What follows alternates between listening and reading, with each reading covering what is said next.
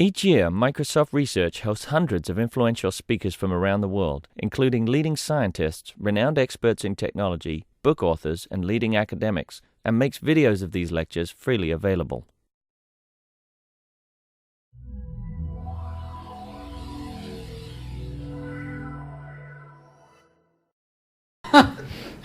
We're thrilled to have Carrie Karahalios here from UIUC.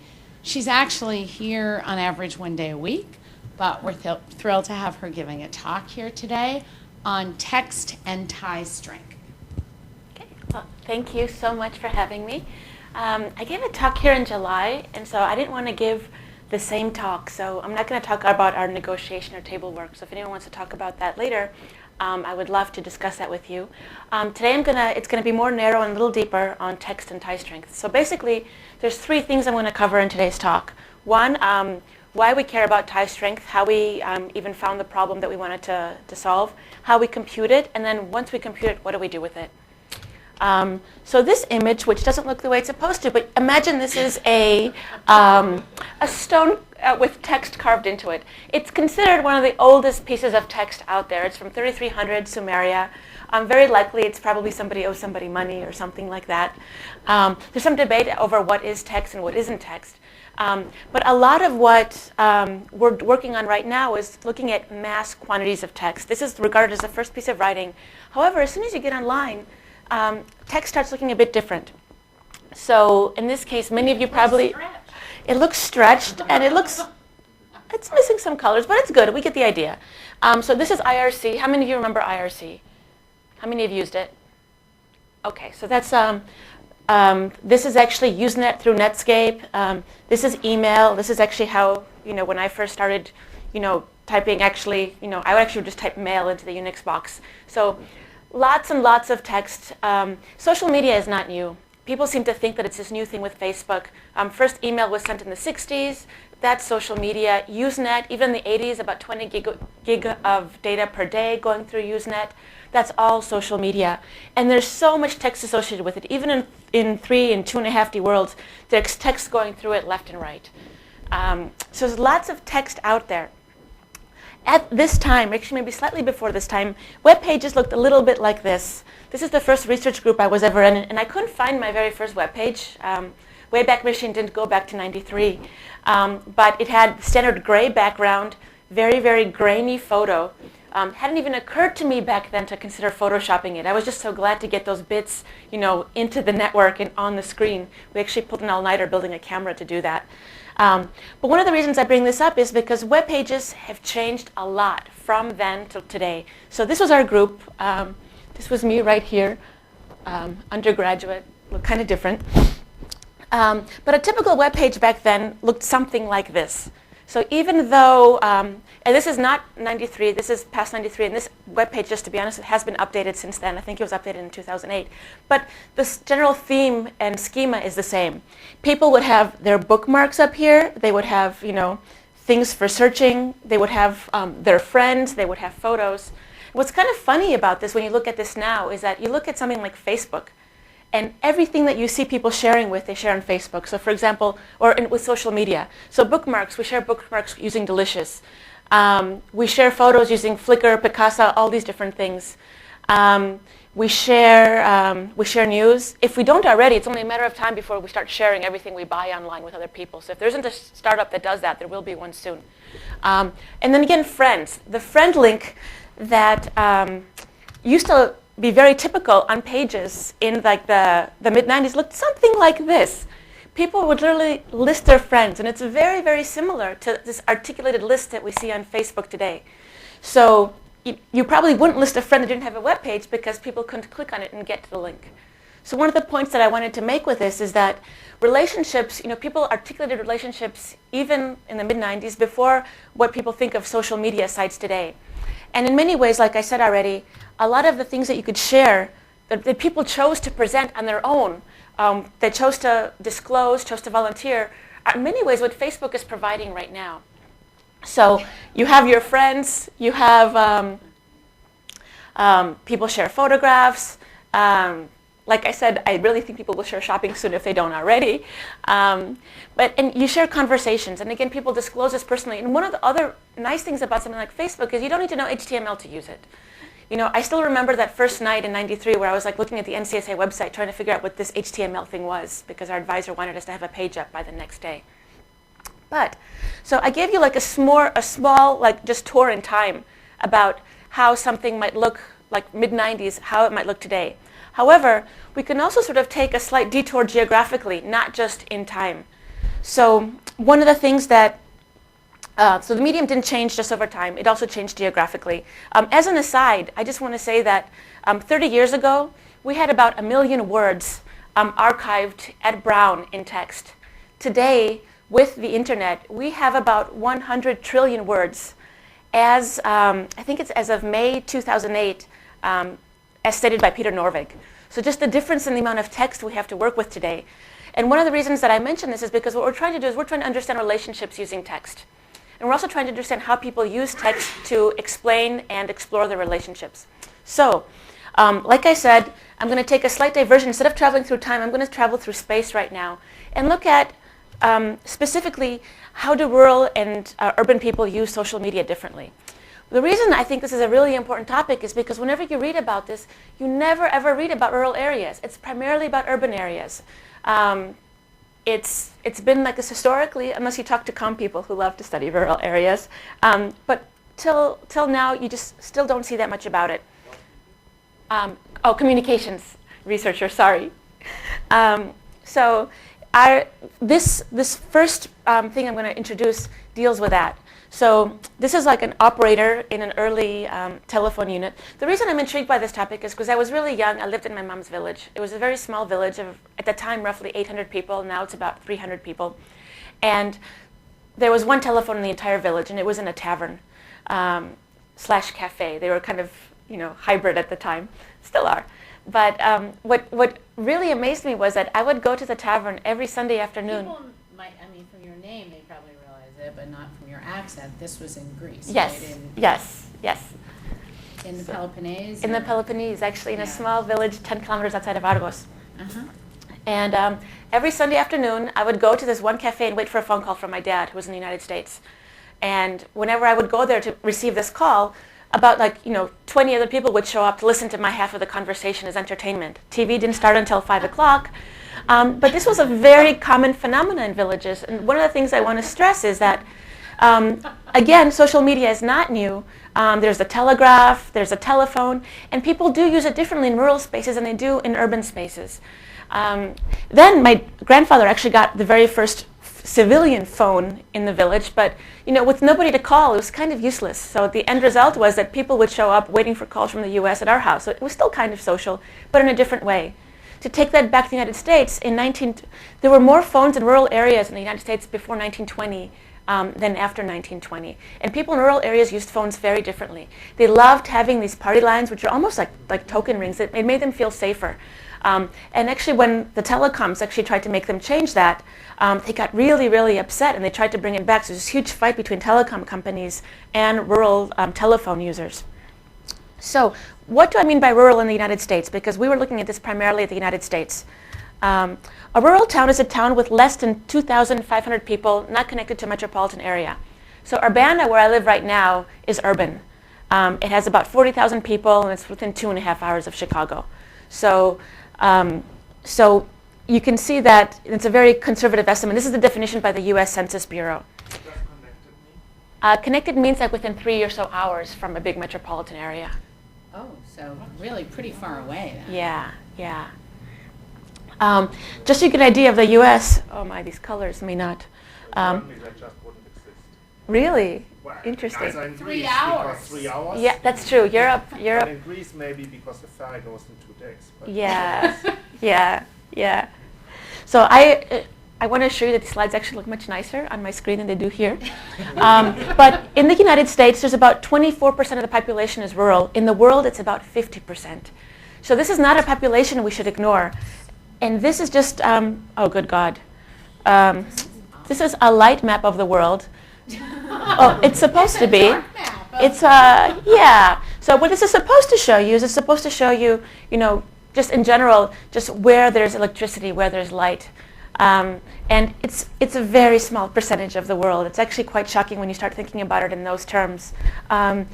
India is actually very, very bright. Africa is not. Australia is not. You see some flecks of light on the borders of Australia. United States, the east part of the U.S., is actually very, very lit. But it's... but it has nothing to do with what's on the screen. But just to give you an idea that this is a huge population that we're ignoring, and we designed social media just for a specific group of people. So we wanted to explore how people in rural areas of the United States use social media. And this is one of the towns that we looked at. This is 100 West Virginia, population 344. What's cool is there's like little parades. Is the town called 100? That's what they named it. Yeah, that's just what it happened to be called. They haven't changed it to Google yet or anything like that. But so I just wanted to give you a snapshot of what one of the towns rather that we looked at actually looked like. So, and there's interesting demographics when you look at rural areas in the United States versus urban areas. So there's differences in education, differences in age. The average age tends to be much higher. The average education tends to be much lower. Income level is also much lower in rural areas. However, they tend to be very tight-knit in various different ways. Going a little bit back in time, this is an example of something from an advertisement to try to get people in rural areas to actually use the telephone. And this is actually taken from the Claude Fisher book, Calling America. And if you haven't looked at this, I highly recommend it. What they're saying is that a telephone will make farm life enjoyable. And look at all the people smiling up there. The old-time isolation and lonesomeness of farm life is a thing of the past once you have this telephone. However, like I mentioned earlier, people in rural areas use the telephones much differently. In fact, the telecoms got so angry that they said that farmers as a class are troublesome customers to handle and are apt to have an exaggerated idea of their own rights. The bumptiousness of certain farmers can be overcome only by constant efforts to educate them. So I hadn't heard, bumptious actually means self-assertive to the point of irritation. Like I had to look that up again it means self-assertive to the point of irritation. And and also the telecom companies were really frustrated by how people in rural areas would use the telephone to gossip and for rumors. They felt that this wasn't an acceptable use of this technology. Even when you look at social media today, that's a huge, clump of social media. And even when you look at what was happening on the internet in the early days, more than half of the traffic was for personal communication, not for sharing research as it was intended originally. So there has been related work in looking at rural areas. We're not the first people to do this. And a lot of our work actually builds on the work by Nancy Baim and Larson. Their work is amazing. Also, Lada Adamic, Boyd, who you know, Donath, Ellison. And actually, I think it's funny. I think a bunch of these people are visiting Microsoft this summer. Yeah, so probably like 60, 70%. Yeah, so very incestuous little group. But a lot of what Larson and Baim does... But it makes farm life fun. It does, it does. And so they were actually interviewing people about how they used social media. And so we decided to look at this from a slightly more quantitative approach. But what was great about it was serendipitous, because they were working on this around the same time we were. So we got to discuss this a lot between us. So we looked at MySpace, 3,000 public users, 340,000 online friendships, 200,000 interpersonal messages. So just an idea of, keep in mind, when we did this study on MySpace, it was the most popular social networking site at the time. That is no longer the case. Facebook has surpassed it. Also, just to show you how different, how fast the popularity of these sites change. Are these only rural users, or these all? These are all users. These are all users, and these are the zip codes in the United States. Just so you have some idea of where we sampled from, or where people actually tend to live in the United States. Our sample, if you could see in blue, is where we actually sampled. And I think we have blue. I hope we have blue back. Yeah. So just so you have an idea of where we sampled for our study. The demographics, okay, so this is supposed to be gray, but we're getting slightly better. Demographics, we had about 1661 rural folks, 1721 urban people.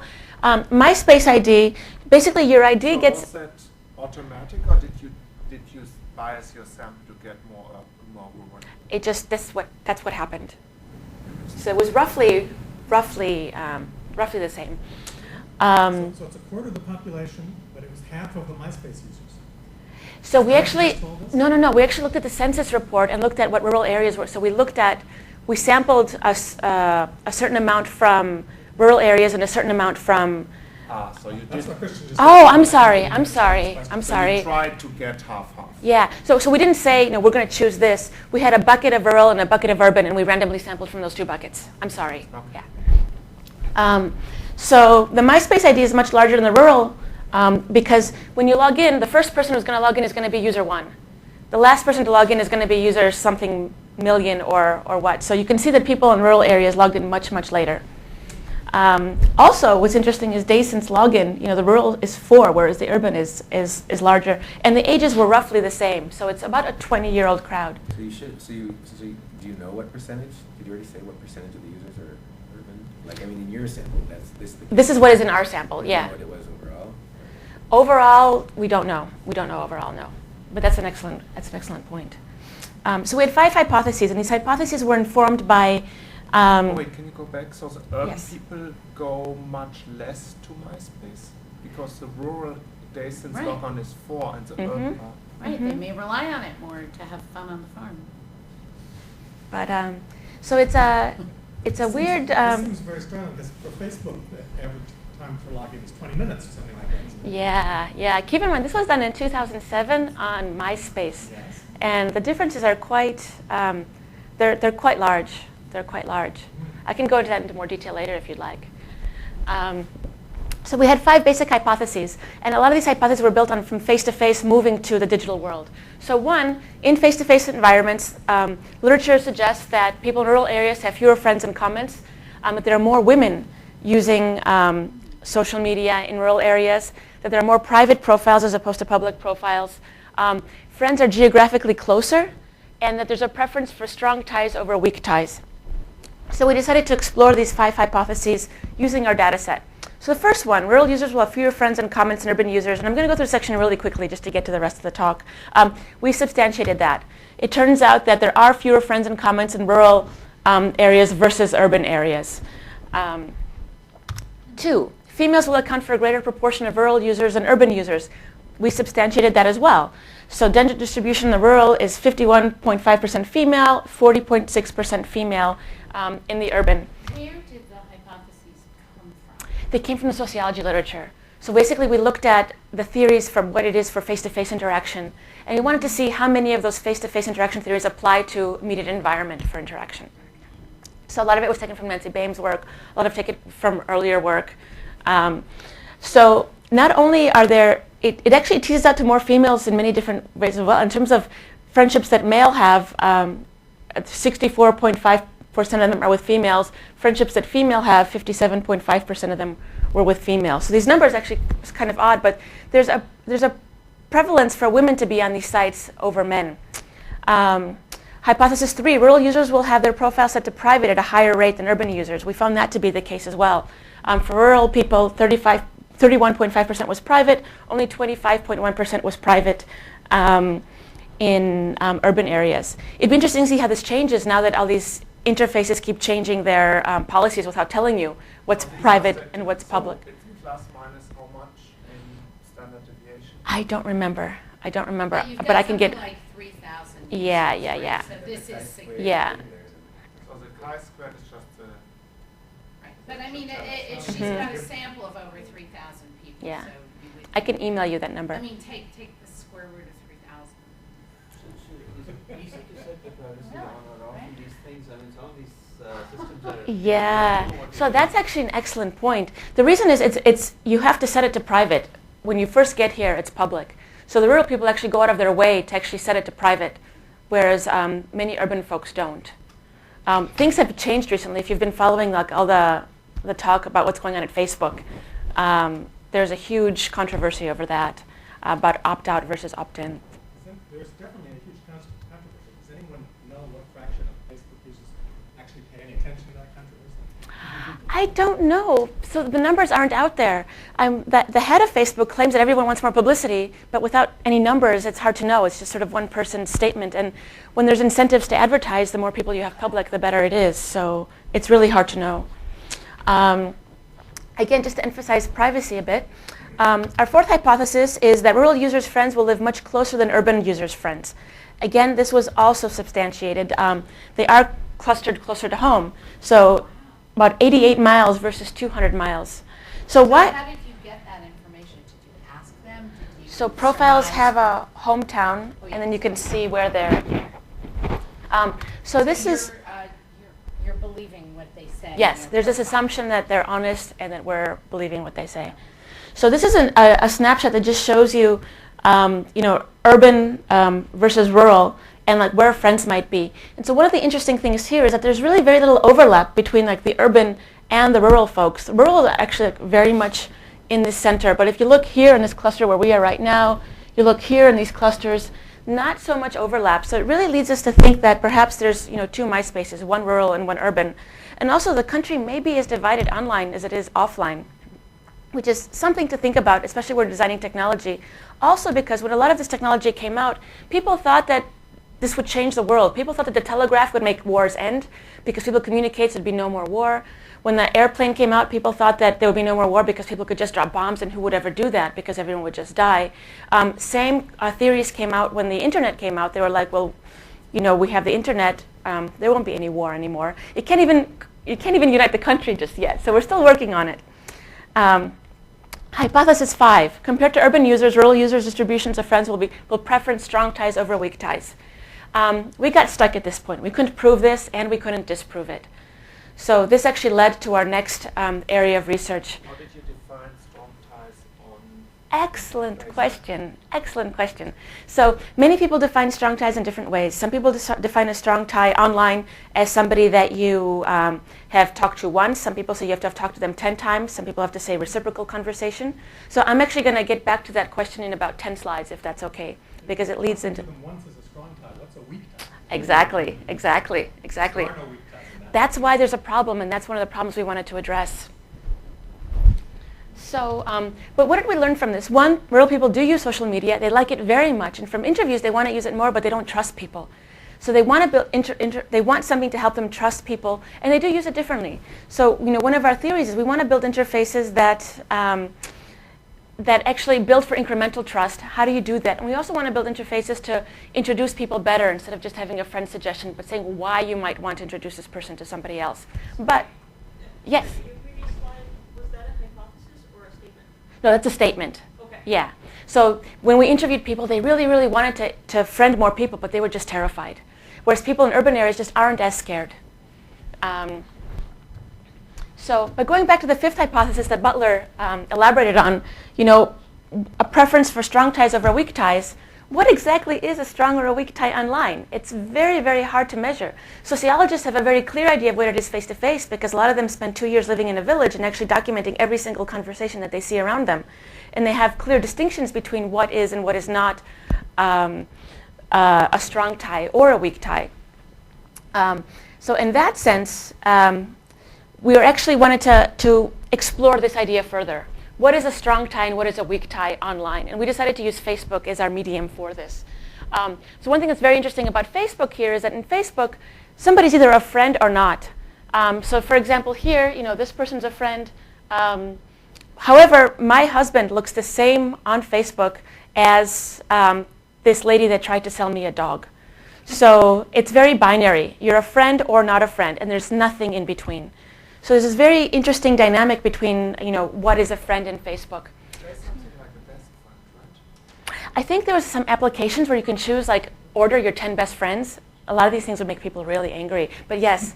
But the general Facebook layout is essentially binary. You're a friend or you're not a friend. This is a snapshot of what my Facebook social network looks like. This actually was made for me by Bernie Hogan. And one of the things, I like this for several different reasons. One, my 3 cousins in Greece that are in rural areas are down here, far away from anyone else, not connected to, they're the only ones I know that have a computer, not connected to anyone else up here. I also like it because it kind of looked like a question mark. But, but it doesn't really tell you very much about strong or weak ties by looking at just the structure of a social network diagram. So we wanted to go a step further. And so let me just briefly talk a little bit more about tie strength. So the tie strength term that we're exploring was actually coined by Mark Granovetter in late 60s, 70s. So he says strength of a tie is a probably linear combination of the amount of time, the emotional intensity, the intimacy, mutual confiding, and reciprocal services which characterize a tie. So strong ties are people you really trust. If you had to borrow $100,000, you'd go to a strong tie. If your house burnt down and you wanted to live somewhere for a year, you'd go to a strong tie, like a parent. A weak tie is somebody that you know, maybe someone you went to high school with, a friend of a friend, somebody you went to college with. More formally, I think there is. This is the offline definition right now. This is the face-to-face definition. But I do think there are differences between online and offline. In fact, I think it's fascinating that there's no words to describe someone that you talk to only online. You know, when I was in school, we had like these pen pals that you'd meet by sending balloons out in the air, and you'd wait to like get something back. But I think there's a lot of vocabulary that just doesn't exist yet for a lot of things that we're studying. So there's also something very interesting about strong ties and weak ties. So for example, for the longest time, people thought that all you really needed was strong ties to have a very fulfilling life. That turned out not to be the case, and especially the bigger the country is, the more weak ties you need. So for example, Granovetter wrote this amazing book called Getting a Job, and it turns out that your strong ties know all the same people. They don't really permeate that much throughout the country, whereas your weak ties, you know, you go to college with someone, they move to California, you go somewhere else, all of a sudden you cover more ground. So getting a job is much, much easier if you have a lot of weak ties than it is if you have a lot of strong ties. There's also suggestions that, or actually studies that show that getting through crisis in an organization help if you have strong ties in different subgroups of the organization to actually bring the company together in a time of crisis. Also studies that show that if in times of grief, strong ties will help you overcome it. However, if somebody in your strong tie group is depressed, it's also much more likely that you'll get depressed if they are depressed. So one of the things that would be interesting to tease out is what is the proper mix for specific people. It has been shown in the face-to-face world that people in rural areas do have more strong ties than weak ties. So I just want to, that's why we had that hypothesis in the previous section. So what did we do? We wanted to look at how this manifests itself in the online world. So this paper here, The Strength of Weak Ties by Mark Granovetter, has become somewhat of a classic. It's got like over 7,000 citations. Firms, like I said, with the right mix of ties get better deals. So if you can get this proportion just right, it actually makes the company function much, much better. And strong ties, like I said earlier, can affect your mental health. So what do people think makes a strong tie? And Crackard, who's one of the big researchers in this area, said, at what point is a tie to be considered weak? Do all 4 indicators account equally towards tie strength? And of those 4 indicators, he means the ones that Granovetter listed in the previous slide. So we decided to extend Granovetter's theory about what is a strong tie. And we decided to look at some newer research that's come to pass since then. So we wanted to look at, we included his 4 features. We also looked at Barry Wellman's emotional support. We looked at Nan Lin's social distance and Ron Bird's structural, he has this amazing book called Structural Holes, about how you need people to fill in those holes. And it turns out that when you do that, you can actually get much more creative and interesting work. So what is the problem? We had Facebook, wanted to take what we have on Facebook and see if it maps correctly to the face-to-face world. More formally, the research questions that we have are, literature suggests 7 dimensions of tie strength. As manifested in social media, can these dimensions predict tie strength? If so, in what combination? And then 2, because thinking that from going from social media to face-to-face, I mean, it's clearly not a direct mapping. What are the limitations? Where does a system break down? For example, intimacy how can you measure whether Jennifer and I are intimate on our Facebook profiles? Yeah, I'll get to that in just a few slides. So just to give you an idea of how people have done this in the past, which relates to your question, Butler, and Christian. So what have people done? So Friedkin talked about communication reciprocity. Other people have used just the feature of one mutual friend means a strong tie. Other people have said communication recency, like when was the last time you spoke, and interaction frequency. So God, I mean, I'm getting back to Butler's quote, one mutual friend. Yeah, and a strong tie. yeah. So the more common thing. This is for the online. Yeah. This is what people have done to date in the online world. Yes. There seems to be no connection between this and my understanding of what people have done in the offline. Yes. Yes. So they're just making this up.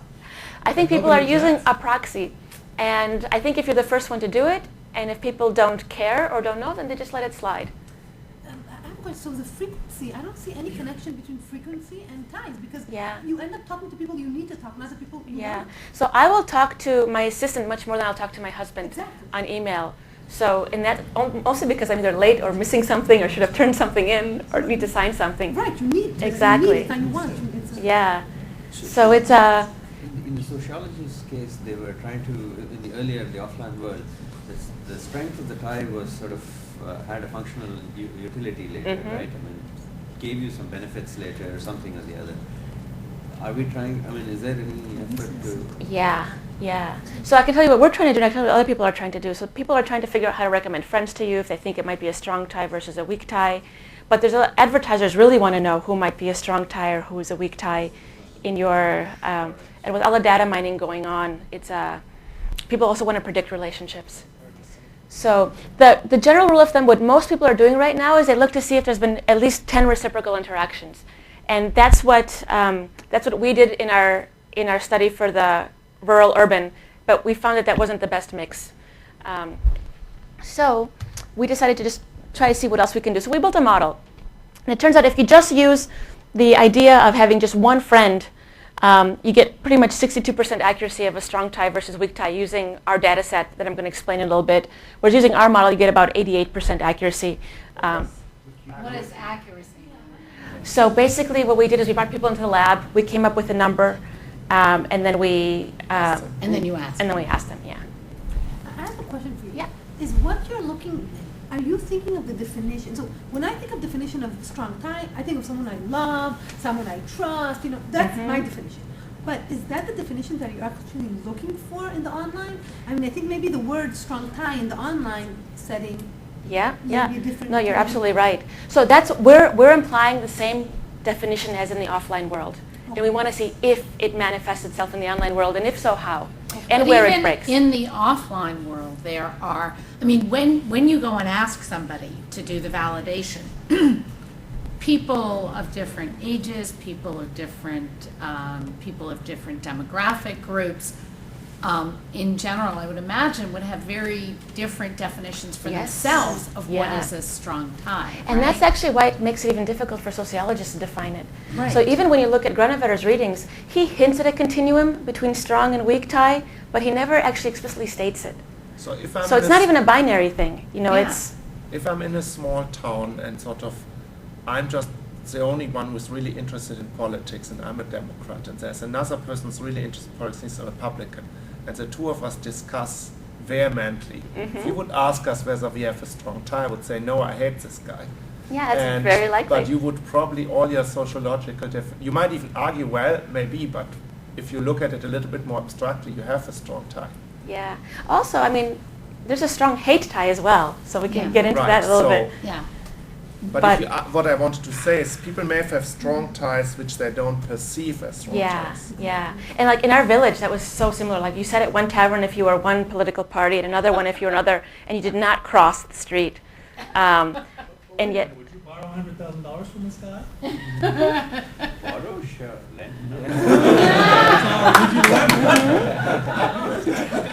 so it's weird. You can see the fuzziness even in the sociological world. So it's not a like a well-cut dichotomy. And actually, I don't think it's even. I really do think it's a spectrum.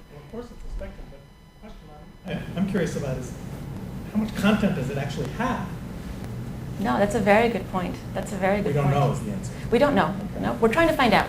We're trying to find out. But you might use it as a predictor of, okay, people who perceive that they have strong ties also will take this person's recommendation for Yeah. a product. And if you then ask that's someone- more quantifiable. Yeah, and if you ask someone to rank people, they have no problem doing it. They can actually do it quite quickly.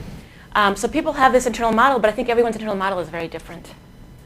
I'm still trying to get to the question that you're trying to get to, which is, so my wife and I, for instance, we don't exchange very many emails. Yeah. But clearly the tie is Yeah. strong in some sense. Yes. So is this like, would you define it as a strong tie, Yes. given that we don't exchange emails at all?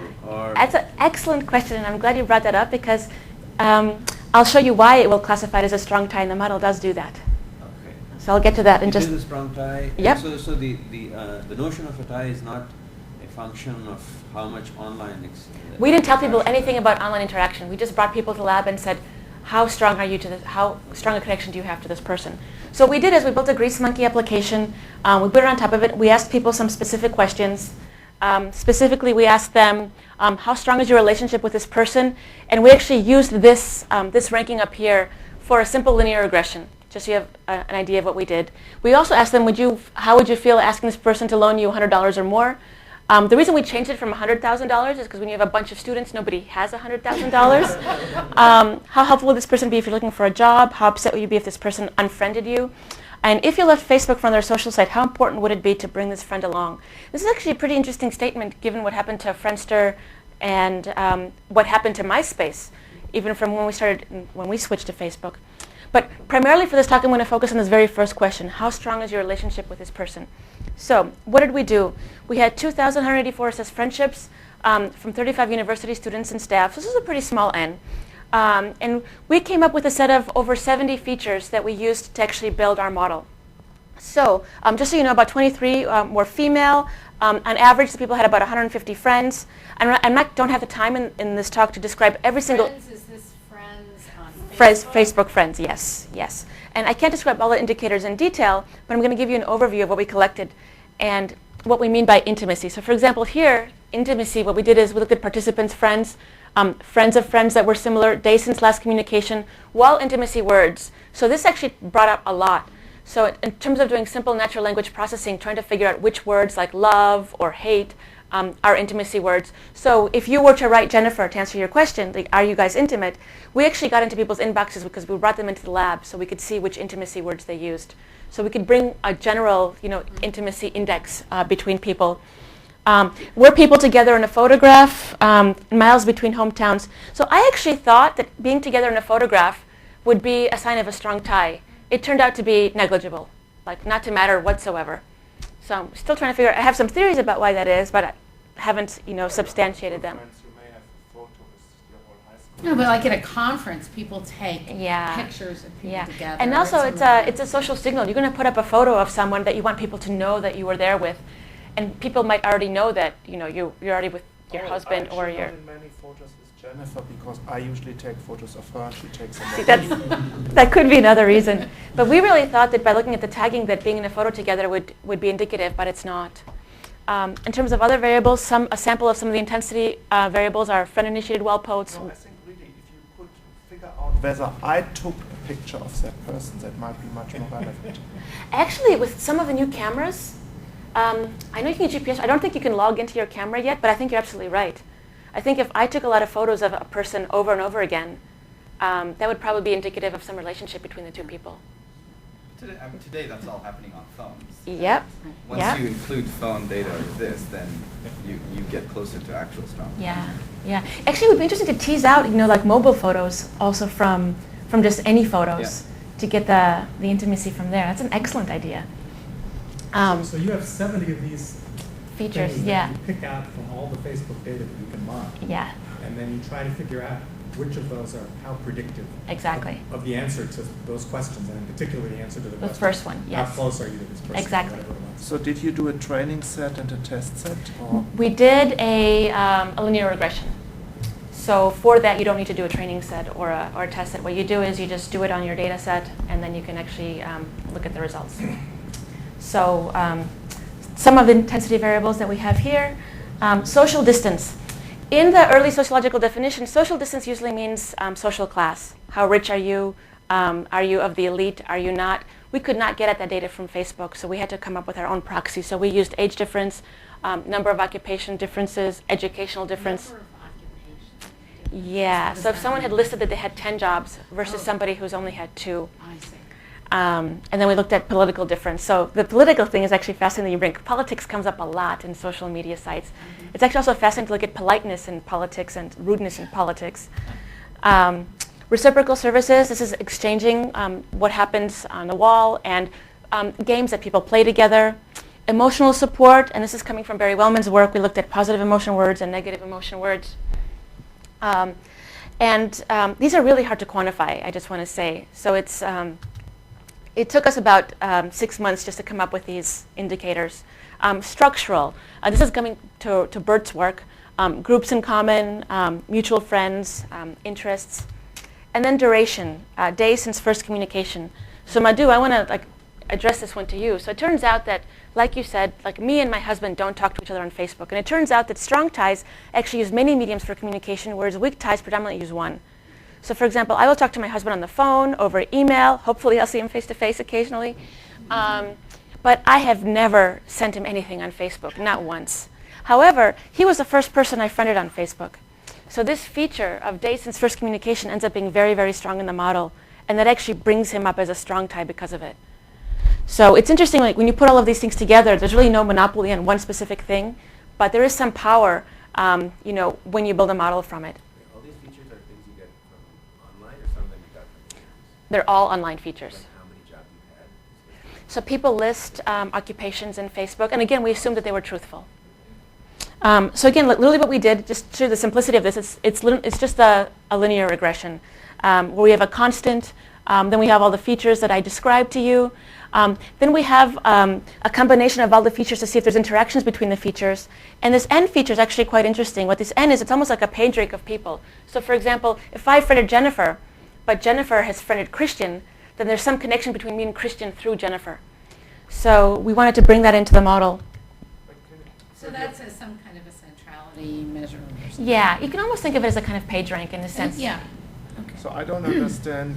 You have many features, so that's a big vector. Vectors, yes. Oh, they're all vectors. They're all vectors, yes. So, and we decided we wanted to do something simple. We just wanted to make it linear and see what would happen, even if this would work as a first pass. So, what did we find? Just of the data.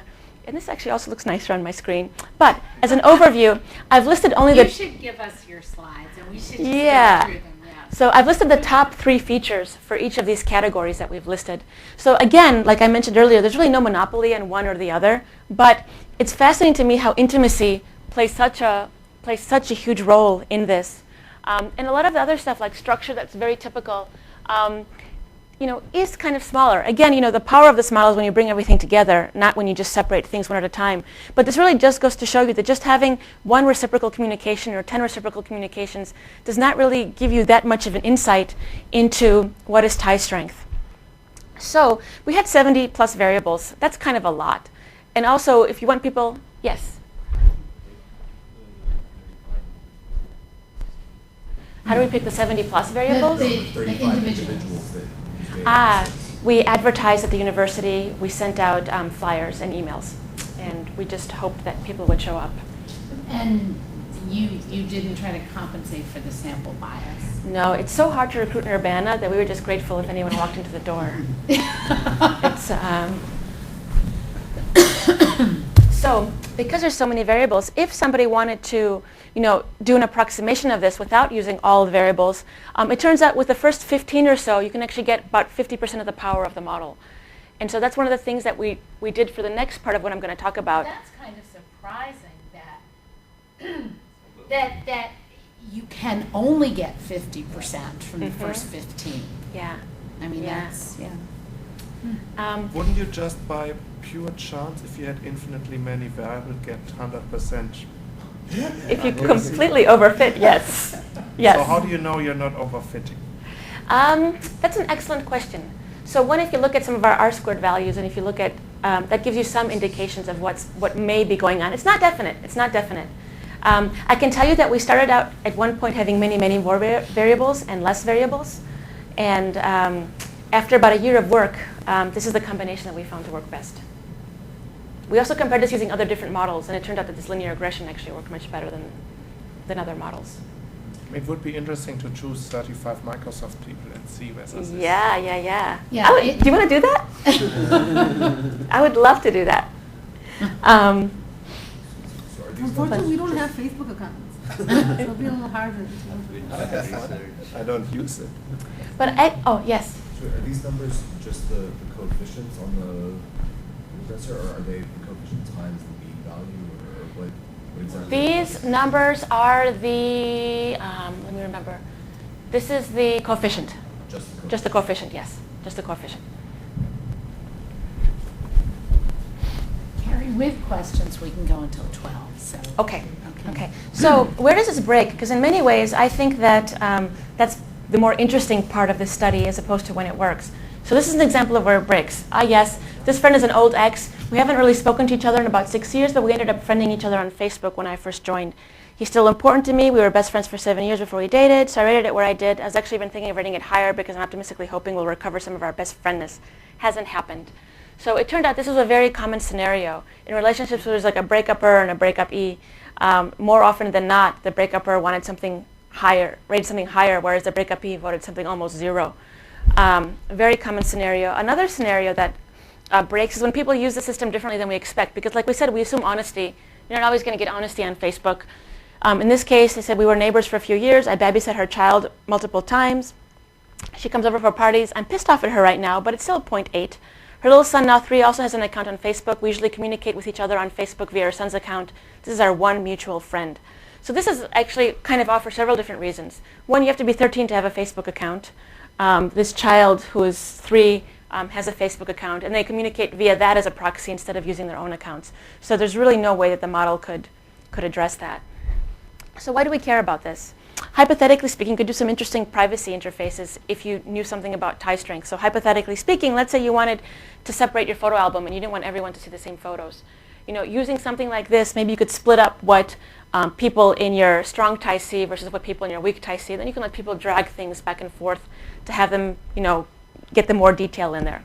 But getting back to the question that you had about, what are those features, and also, is this generalizable? Just because this happens to work on Facebook in 2009, which is when we did it, does that mean it'll even work today, or that it'll work for any other social networking site? So we or work for a different group. Or work for a different group, exactly. Yeah, exactly. In the Midwest. So, so we decided to start exploring Twitter. This is what a Twitter feed commonly looks like. And so keep in mind that Twitter is very different from Facebook. One, a friendship in Twitter does not have to be reciprocal. So for example, I can follow you even if you don't follow me, whereas everything in Facebook tends to be reciprocal. 2, we can't get into people's email or inboxes in Twitter because there is no such thing. And Twitter really is more of a broadcast medium, whereas Facebook really is more of a somewhat more private communication medium. So they're very, very different. And there's actually no reason why it should work in both. So we decided to see, what would happen. So let me just give you a quick demo if I can find my... Okay, so we built this site called WeMetal. And this is some of our newer work. And I put it in the wrong place. Apparently I am. Okay. Oh, there it is. Okay. So, WeMetal. So the first thing, when you log into WeMetal, you just log in using your Twitter account, and anyone can log in. So you created this site, or yes, yes. So the first thing that happens on this site is you get brought to the WeMetal list. And what is a WeMetal list? How many of you are familiar with Twitter? And how many of you are familiar with Twitter lists? So a few months ago, Twitter announced this concept of lists where you can actually, follow specific groups of people. So for example, Nancy Bain has a really nice list of internet researchers. So instead of me having to make my own list, I just sometimes follow hers. And it's easy to be lazy that way. So we made an interface that creates lists for people. So the first thing is our system goes through all of your contacts, builds a social network, looks at the structure, looks at all the intimacy and intensity variables and structure variables that I talked about earlier. And the first thing it is, it brings people up to inner circle and outer circle. So in a sense, this is supposed to be a strong tie, and this is supposed to be a weak tie. It also does some other community clustering. So it has. People get mad. I mean, what if I put Jennifer into my outer circle? Not like that. So excellent question. So in this is what the system does automatically. Oh, so then I may not like it. Then you may not like it. So you can probably tweak it. And then you can tweak it later. But this is the first thing that happens when you first bring it up. It makes this classification for you. So what's interesting for me here is that these are pretty much people that go to the same conferences as I do. These are people from the Midwest, although I don't know why Kai is there. So that one shouldn't be there. But if you don't like something and you want to remove it, so I don't want Kai to be there. As soon as I do this, it goes away. And it changes the model, actually, as I do this. So going back to your question about what happens when something isn't right and your comment about politics, I showed you how the X's didn't like one of them didn't rate it the same way. In terms of this interface, people get really, really upset if somebody shows up in their inner circle and they don't want them to be there. People get very, very upset. And again, this goes back to this idea of, there's a very thin line between love and hate, and yet the connection could be strong. So here, we're not assuming signed connections, like plus or minus. We're just assuming connections. So maybe what we're seeing is some of that. We need to tease it out a bit more. We just don't know yet. So once you do this, if you click Make, then it makes a list for you, and then when you log into Twitter next, you'll have that list available to you to use from the actual Twitter interface. There's also, if I click here on Next, So what do you mean you also have this list available on Twitter? So as soon as you log into Twitter, and let's say I have a list called Inner Circle, I can click on that and just see tweets from people in my inner circle. Oh, I see, because you feed into the API. Exactly, yeah. So we also did another different dichotomy of people that are easy to miss, that don't tweet as much, and people that are eager tweeters that tweet quite a bit. This is Barry Wellman here. That's Roger Ebert. And it turns out that actually people, we're not clear exactly how people will use this interface, but people really like using these two dichotomies, like easy to miss, if you're not going to see it. And also, easy to miss might also be some type of proxy for weak tie. Like when we ask people how they use this interface, people prefer to read weak tie information and they prefer to see the easy to miss. Maybe because the weak ties won't give you the same information that strong ties will. Maybe you already know what the strong ties are going to say. But what does this mean? I haven't done anything about generalization yet. I mean, we just took our model from Facebook, we transplanted it into a different medium, and now our goal is trying to see how much of this actually works and how much of it doesn't work. So one of the ways we plan to do that is look to see how people change what's in their inner and outer circles, to see where we're wrong, how we can update our model. Do we need one generalized model, or do we need separate models for each person, as opposed to figure out what is tie strength? Is it going to be this unified grand theory of things, or is it a very personalized experience? So I haven't finished with this just yet. Once you create a list, you can actually go to our Twitter client, our WeMetal client. And let's see if this actually works. Carrie, I have a question. Yes. You said you used the same model, but with Twitter, you looked at different interactions, right? Yeah, we had to butcher some of it. For example, we had to take out the fact that we can't get into people's inboxes. We still looked at intimacy words. But did you actually add the mentions and replies? Yes. DMs? Yes, we did. DMs, no. We couldn't get to DMs, but we did the mentions and replies. Intimacy words, that just means that I'm sort of an exhibitionist. It could be, exactly. Exhibitionist. Exactly. So did you have anything for if I'm just tweeting to you as opposed to Yes. tweeting to the Yes. world? Yeah. So Yeah, so that's a mention. Yeah. If you know how to get to DMs, let me know, because I haven't been able to get to those. I think you should be able to. Yeah, I will find you later. So with our new Twitter client, basically you can read tweets, but we decided to incorporate this concept called social zooming, which you see in this bar over here.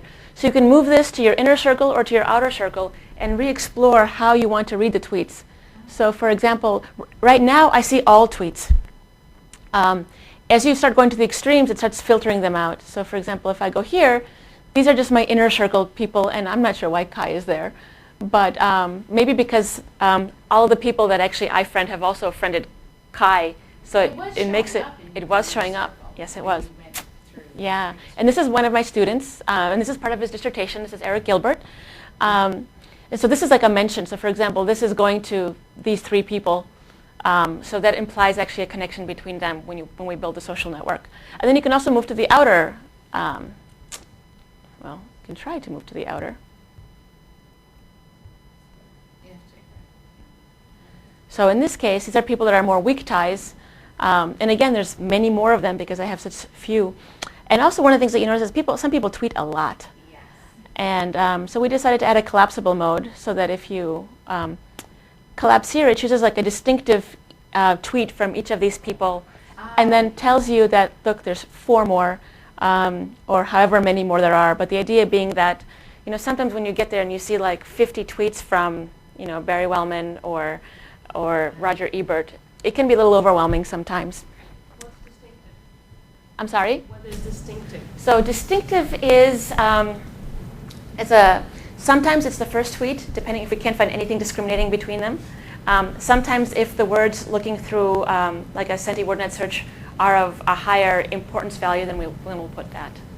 So it's either the first tweet if we can't find anything else discriminating, or it's something that has been retweeted a lot, or it's something that has distinctive words in it of emotional content. What if I want the last tweet? Is there some button I can Probably tweet? to hack. No, not now. No, our system doesn't support that. Because that's what I really want. Oh, the most recent, you mean? Yes, Yeah. because I don't Yeah. want 50 tweets of Dana. I want to sort of. Yeah. The last one is good enough. Yeah. No, it doesn't do that at the moment. The other thing it does let you do is it lets you actually go in and look at the community ones. So for example, if this is what happened in one of the communities that I'm in, these are the tweets from another community that I'm in. This is the original view here. And if I go back to the timeline view, I see everything again. Well, maybe. I see everything again if I go back here. But you can also see positive tweets. So is that just you analyze the words? Yeah. Positive words. And you can see how it's not going to be perfectly right. So for example, let's see. So why is this first one positive? State Department's opinion space, see your opinions mapped with responses from around the world. Nicely done. So that's probably why it's positive. Accountability journalism is an important societal good, but what all's news bust may be fixed by addressing free writing. I'm not sure. Maybe free. Yeah, free. And Yeah. friend. Yeah. And the word success in here might make this a positive email, a positive tweet rather. How did you learn how, you're just speculating now, but how does your model work? Does it just look at the frequency of words in the tweets? How do you... So we actually kind of cheat a little bit. So what we do is Stanford has this really nice site called SentiWordNet or WordSentiNet. I always get it confused. So what they do is they rebuild models nonstop about the sentiment index of specific words. And we actually go into their server and we grab that. I assume you have it for a given word. How do you translate it into the message being positive or negative? So basically we look at words and word pairs, then we get if something is positive, we take a positive value, negative, we take a negative value, we sum it up, and if it's not positive, then it's a positive word. So one day when we looked into this, the word assistant professor was like a very, very negative sentiment. So it was kind of scary. It also changes by the day. So if the message is positive, means the majority of the weighted majority of the words is positive? Yes. So There's the one you like, the infrequent poster. So do you calculate the positive and negative when you harvest this stuff, or according to the time when the thing was tweeted? We do it as soon as I click on that, it calculates it as soon as I click on positive or negative tweets. Based on what Stanford thinks now. Yeah, based on what Stanford thinks now, yeah. Do you, in your research, record that positivity or negativity type to a specific time frame? No. So we have infrequent posters, frequent posters like you saw earlier. And so I encourage you guys to try it out. I would love to get your feedback for this. One thing I found out recently is it doesn't work very well on Internet Explorer. It works great on Safari and Firefox. However, this bar doesn't show up, and the layout is different. So we used like the Yahoo toolkits to get this working, and apparently we need to work on our Internet Explorer version. Turns out my entire group has Macs, so when we were like working on this between us, it never even occurred to us that it might not work in Explorer. So we need to get a Windows machine. It doesn't work on a phone either. It doesn't work on a phone either? Okay, another data point. But I wanted to give you just a few samples of what people had said about this and where we're going next, because I think that's what I'm far more interested in. So that was a very quick demo. So we had this running up for a few weeks. There's been roughly 5,000 visits to the page, which in the first 3 weeks of using this, which is pretty cool. There is in the first 2-3 weeks, we had about 965 logins, and this is just from word of mouth. We had over 127,000 dyads. This is for tie strength.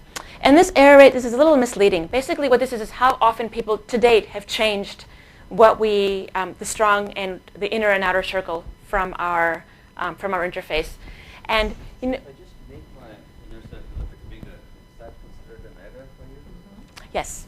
So Yeah. and how do you determine the size of this thing? it's not a fixed number that you're aiming for. It's No. really just something. Whatever people want.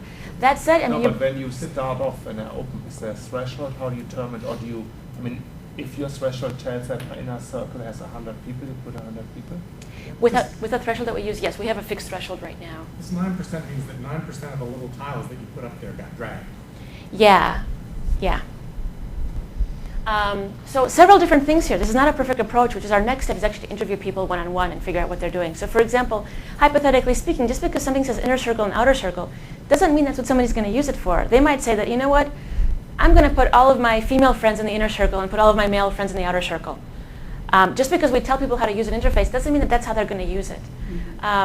Another thing in terms of attrition rate is that people usually log into the list once and don't go back to the list. They do go back to the WeMetal client quite a bit.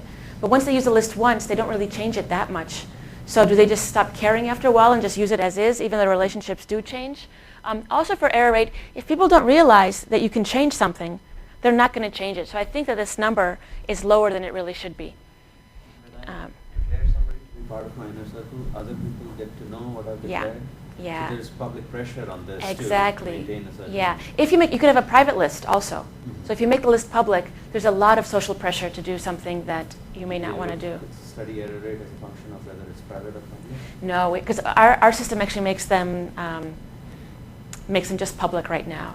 So yeah, haven't done that. But that's an excellent idea. So Yeah, this is you might get a lower error rate. Yeah. So this is at the phase where we're at right now. We've had some interesting, this used to run on one machine underneath a desk in our lab. It now runs on several machines underneath a desk in our lab. I gave a talk one day that was broadcast from Harvard, and the system crashed. Somehow, this huge contingent from China decided to log in all at the same time. And which is actually, I think there was a conference going on there, and it turns out you can get to our client because it's not blocked, whereas Twitter is blocked. So we have a lot of people coming in from places where this might be blocked. That said, you need to have a Twitter account to do that, and they're pretty easy to get, if you use a proxy. But for some reason, some people just like using this client just because you don't have to go to all that trouble once you have an account. So we've had, since that talk actually, we had about 200 visits in about 5 minutes, which is kind of scary, and that's what brought the system down. Since then, it's had quite a bit of usage. These are just some sample ones that I've just captured from the screen. This one says, I'm trying out WeMetal. This one says, I didn't like WeMetal. So not everyone likes it. This person says, it's a very cool idea for making Twitter list. It was good enough to recreate the list I made myself, worth checking out. So what we're doing right now is we're actually interviewing a bunch of people, showing them what our system says, and actually asking them, the way we did in the first study, about is this somebody in your inner circle? Is this somebody in your outer circle? Where is our model wrong? And we're actually trying to get just some qualitative feedback as well. So when you're doing just quantitative analysis on social media, you really miss a lot of the interesting problems unless you actually sit there and talk to the people yourself. This one I like just because it was colorful. I don't know exactly what they're saying. So I need to find a Korean student to help me translate it. But I did like the happy face at the end. So that makes me think that it's kind of... Also keep in mind that all of our emotion stuff doesn't work as soon as you start switching languages. So we don't have the same tools we have for English. So in this case, a lot of these cases will be classified incorrectly. Are you using emoticons for emotions in English? Yeah. So the system actually brings those out. But I hope you try it out yourselves. And I'm going to leave the floor open for questions. And this is just a snapshot of what we did. I didn't want to give a scope of all the stuff going on in our group because I wanted to have a slightly more focused talk. But I would be very happy to answer any questions now. Who was this? So this is my current research group. Well, actually, Alex has graduated, so Alex is no longer. But So these are your students? These are my students. Yeah. Alex is here, right? Yeah. Infused. Yep. So. So these are mostly your students. Yeah. And students. Yeah. So, thank you. And one last thing. One of the things that I'm really passionate about, what we're going to do next, is actually looking at how information diffuses across networks. So, for example, if you look at a lot of the small word network stuff with Milgram, he had a package, had people send it someplace else, and measured how many hops it took to take it there.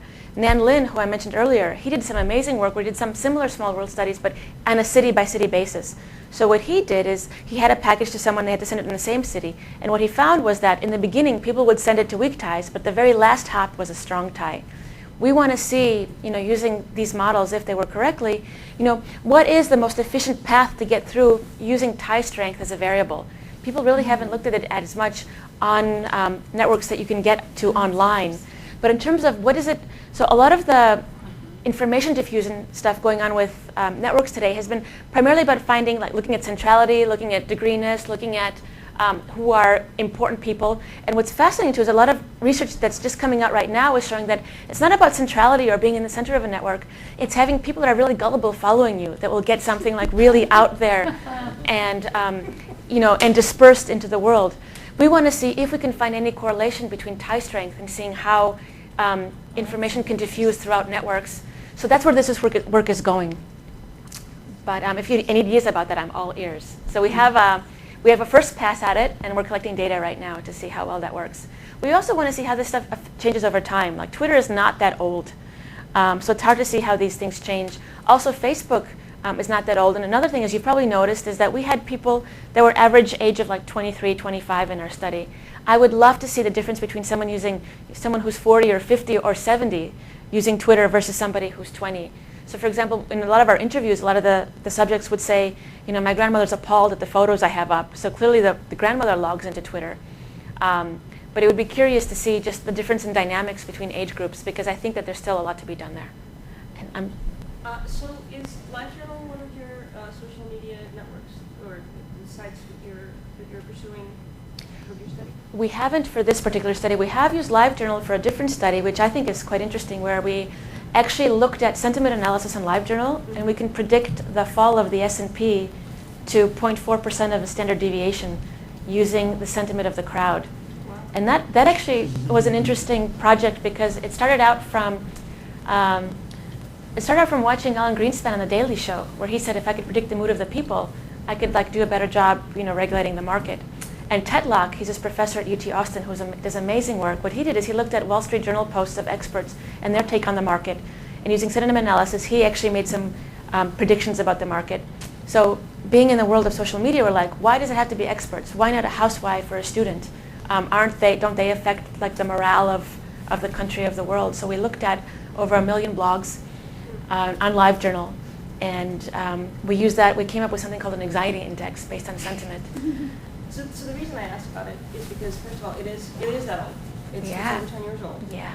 And second of all, even though, like Facebook, it has, friends or not friends, it's actually much more fine-grained because it allows you to friend somebody and then have them on your default view or not, and have them in sort of specially restricted groups of people who can see your posts or not. So if you could get to that data, even if that takes surveys, it might give you a more fine-grained and it has social ties. a critical mass. What extent people actually use these complicated features? Well, so these complicated features arose because there was an outcry for them to arise. I'm sure that doesn't mean people actually use them. Well, so I have a very skewed perspective, but in my very small community of people around here who are tech savvy, etc., many. Yeah. So LiveJournal also lets you set a tag or a little emoticon for the general tone of the message. Is it happy? Is it sad? So a lot of people use that to train to see if this is a happy message or a sad message. We didn't use that. We looked at it, but we found that it wasn't consistent enough to use as a signal for the Also, too many people use Quixotic. Exactly. No, but I think the points you bring up are why a lot of people use LiveJournal as a social networking platform for their studies. And what's great about it is that it's been around for a very long time. It's got a wide variety of people that blog on it, from literally housewives to high school students to college students. What's also interesting about it doesn't get a lot of the tech savvy folks. A lot of people will set up their own WordPress. But what we liked about it for that specific study that I mentioned was that we get more of a diverse crowd that's not just the elite technorati using something, but it's more of a mass medium, a mass broadcast medium. In fact, the technorati I saw within the last 5 years 6 years who left LiveJournal because it didn't have enough of those features and set up their own WordPress sites and whatnot, have been coming back. Really? Yeah. Ah, interesting. Yeah. Why is that? I don't know. I think partly because it allows you such fine-grained control over who sees your posts and whose posts you see. Yeah. And So I love how the people privacy are thing is getting coming back. Really sick of the OpenID and the hoops you have to jump through to leave comments on WordPress sites. And I mean, I run a WordPress site. I comment on them, and it's a big pain in the neck. LiveJournal, I log in once. Yeah, it's actually really nicely built. No, but that's a good point. As far as moving to different sites, so far we've only moved to Twitter. But in terms of like how does this generalize, it would be nice to actually do a wider comparison and look at even we were thinking about Wikipedia sites because there is like a social network underlying Wikipedia edits, and Twitter I think we just all got addicted to it at the same time. So it seemed like something a playground we all wanted to play in. Have you been thinking at all about using data from phones? So how frequently I call or SMS? I would like that. It's hard to get that data in aggregate. There is a company at the Media Lab that can get the data from AT&T, but you can't publish that, and it's only for AT&T's use, not for public consumption. Barabasi got a lot of data. He has this amazing, I think it's a science Was that the paper. orange data? That Yeah. was very questionable. Yeah. Right? So that's the biggest data set I've seen, but I haven't been able to get my hands on anything like that. But that said, a cell phone would give you such that's the a next deeper. step, right? Yeah. And people don't broadcast that just yet. They might. I mean, it's amazing what we broadcast, like early on what we broadcast on our web pages, what we might broadcast. But the question is, do we not care to broadcast here because it's not our real strong ties versus our phone, which is... Yeah. I would phone data would be fascinating, and lots of researchers are looking at phone data, but a lot of our techniques only work on a large scale. So, for example, if we don't have lots of data points, sentiment analysis doesn't work. Some researchers at Microsoft a couple of years ago did some studies on IM data, on the IM network, which is a big network. Did Yes, a Eric great Horvitz. paper with Yuri Right. on that. With Yuri Leskovich, That's exactly. that's really good work. So possibly within Microsoft we could get access to the IM data, and that's I think very indicative. Well, you might just be having business kinds of communications, but still, it would be an interesting. And it leads also to different type of, what if these are clusters? What if you have different, maybe we're thinking about this wrong. Instead of just one concept of strong tie that's between a floating point between 0 and 1. What if you have like your work strong ties and your, home strong ties and your soccer strong ties? Maybe that's the right way to think about it instead of just bringing it into just one floating point number and saying, this is what you are to me. But Okay. well, thank you so much.